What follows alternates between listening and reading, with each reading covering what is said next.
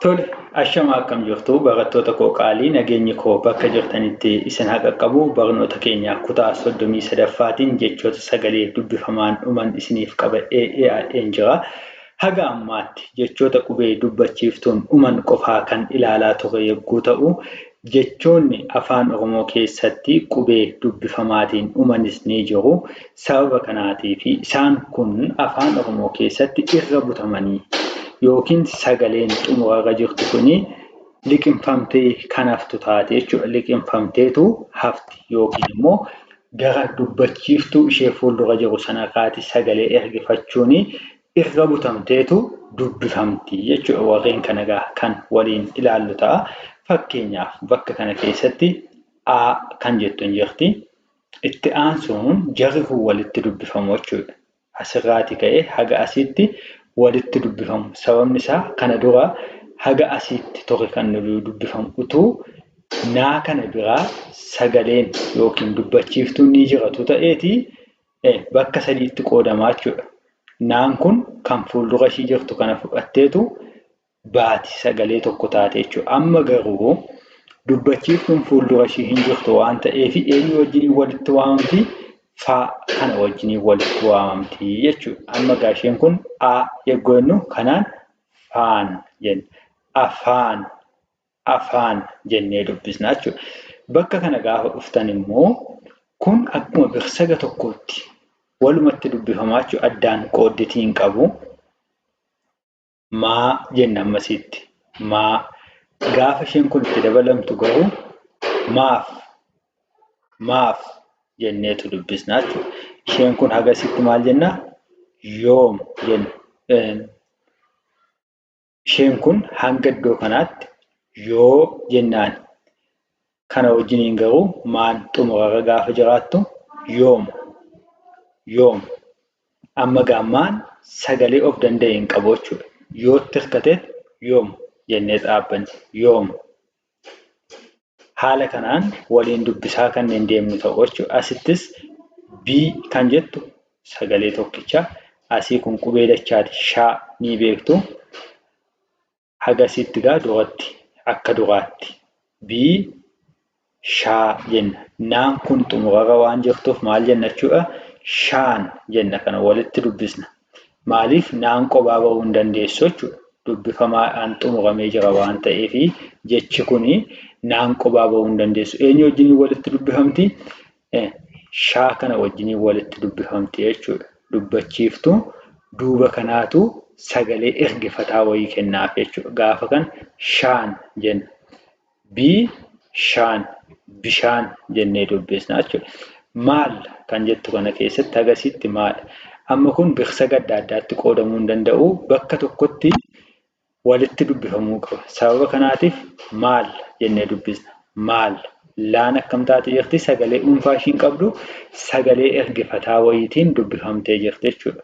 Maal? Asitti ishee kana gaafa ilaaltan haa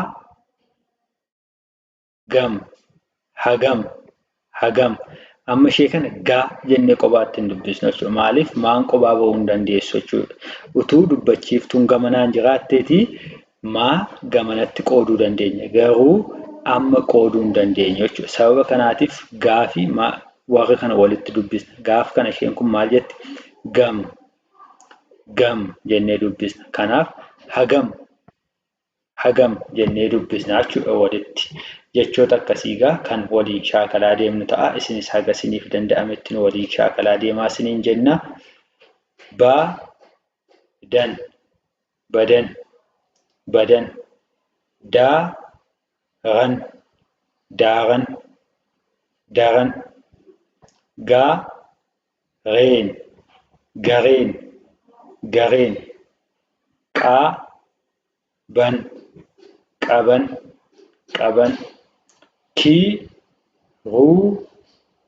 Kiruubeel, kiruubeel, kiruubeel. Gatiin, gatiin, gatiin. Gochaan, gochaan. Bitan, bitan, bitan. afaan afaan afaan yoon yoon osoon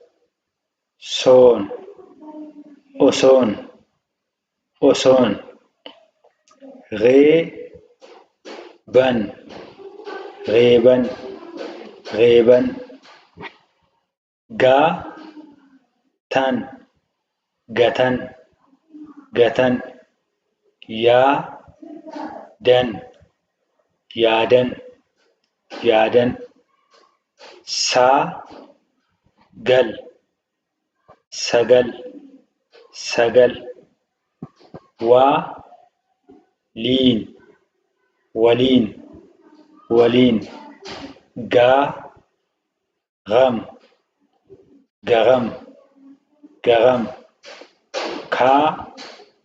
karaan karaan karaan kanaaf kanaaf kanaaf kun sun sun foon yoom shan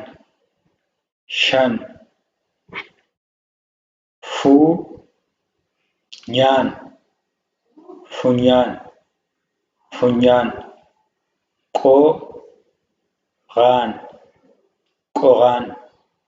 qoraan uumuuf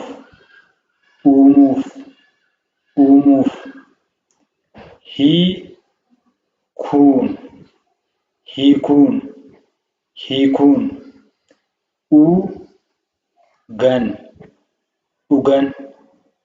dhugan haalaan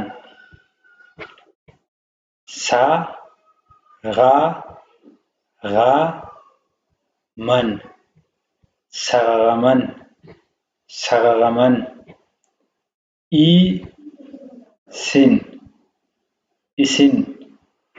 isin loon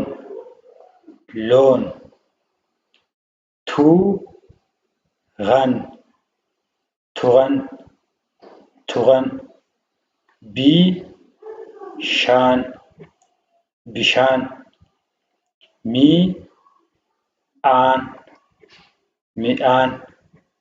midhaan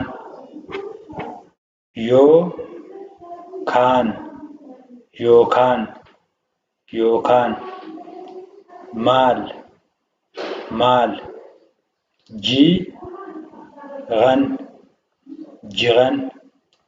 jiran sanaan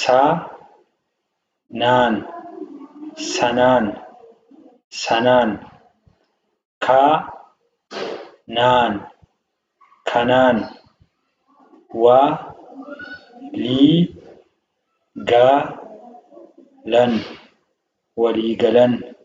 waliigalan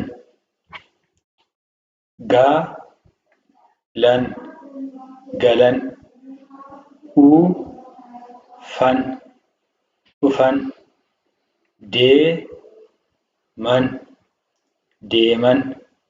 deeman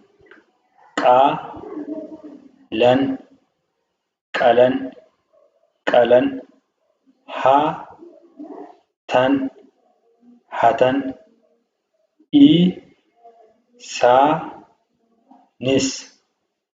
isaanis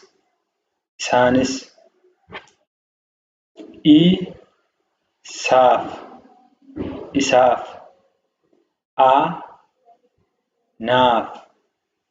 anaaf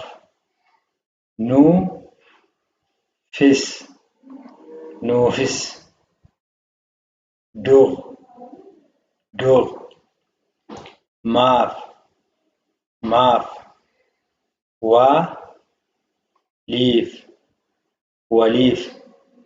waliif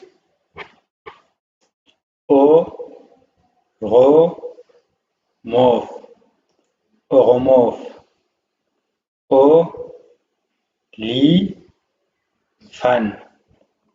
oliifan oliifan,